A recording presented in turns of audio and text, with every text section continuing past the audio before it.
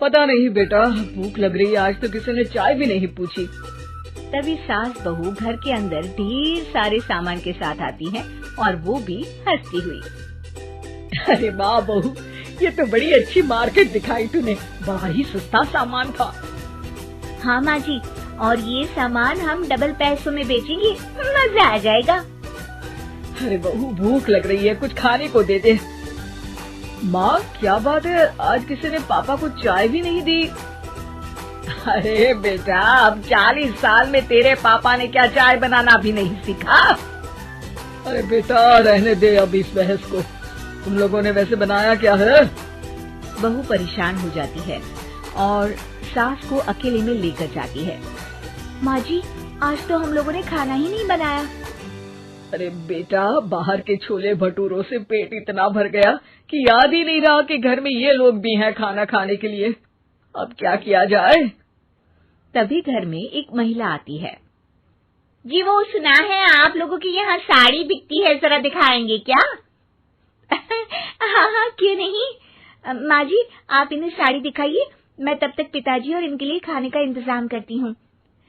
सास उस औरत को लेकर सामने वाले कमरे में चली जाती है जहाँ उन लोगों ने दुकान खोली थी। वहीं बहू भी किचन में चली जाती है। अब इतनी जल्दी क्या बनाऊं? पापा जी तो खाने के लिए भी बैठ गए हैं। आइडिया, मैं खाना बाहर से ही ऑर्डर कर देती हूँ। थोड़ी देर में खाना आ जाता है और बहू टेबल पर खाना लगा देती है। हे भगवान, कितनी कड़वी दाल बनाई है बेटा। नहीं नहीं पिताजी, वो क्या बात है नंदिनी, रोटी तो चबाई ही नहीं जा रही है, लग रहा है रबड़ खा रहा हूँ। एक तो इतने महंगे होटल से खाना मंगवाया और वो भी इन लोगों को पसंद नहीं आया। तभी सास नोट गिनती हुई बाहर आती है। वाह माँ जी, बड़ी कमाई हुई लगती है। हाँ, मैंने वो 2000 वाली साड़ी 3000 में बेच दी। अरे वाह माँ जी। दोनों सास बहू बहुत खुश हो जाती हैं। मेरे पेट में ना बेटा जोर का दर्द हो रहा है। अरे माँ क्या हुआ, पेट में दर्द? बाहर का कुछ खाया था क्या? मैदा तो नहीं खा लिया? मैंने छोले भटूरे खाए थे। माँ क्यों खाए? आपको तो पता है कि आपको मैदा सूट नहीं करता। चलिए माँ को डॉक्टर के पास ले जाते हैं। तभी अंदर से पापा की आवाज आती है। हे भगवान, मेरा तो पेट खराब हो गया। सब पिताजी के पास जाते हैं। पिताजी आपको क्या हुआ? खाना बासी था शायद। अरे पिताजी, नंदिनी जानती है कि बासी खाने से आपकी तबीयत खराब हो जाती है, तो वो ऐसा क्यों देगी, है ना नंदिनी?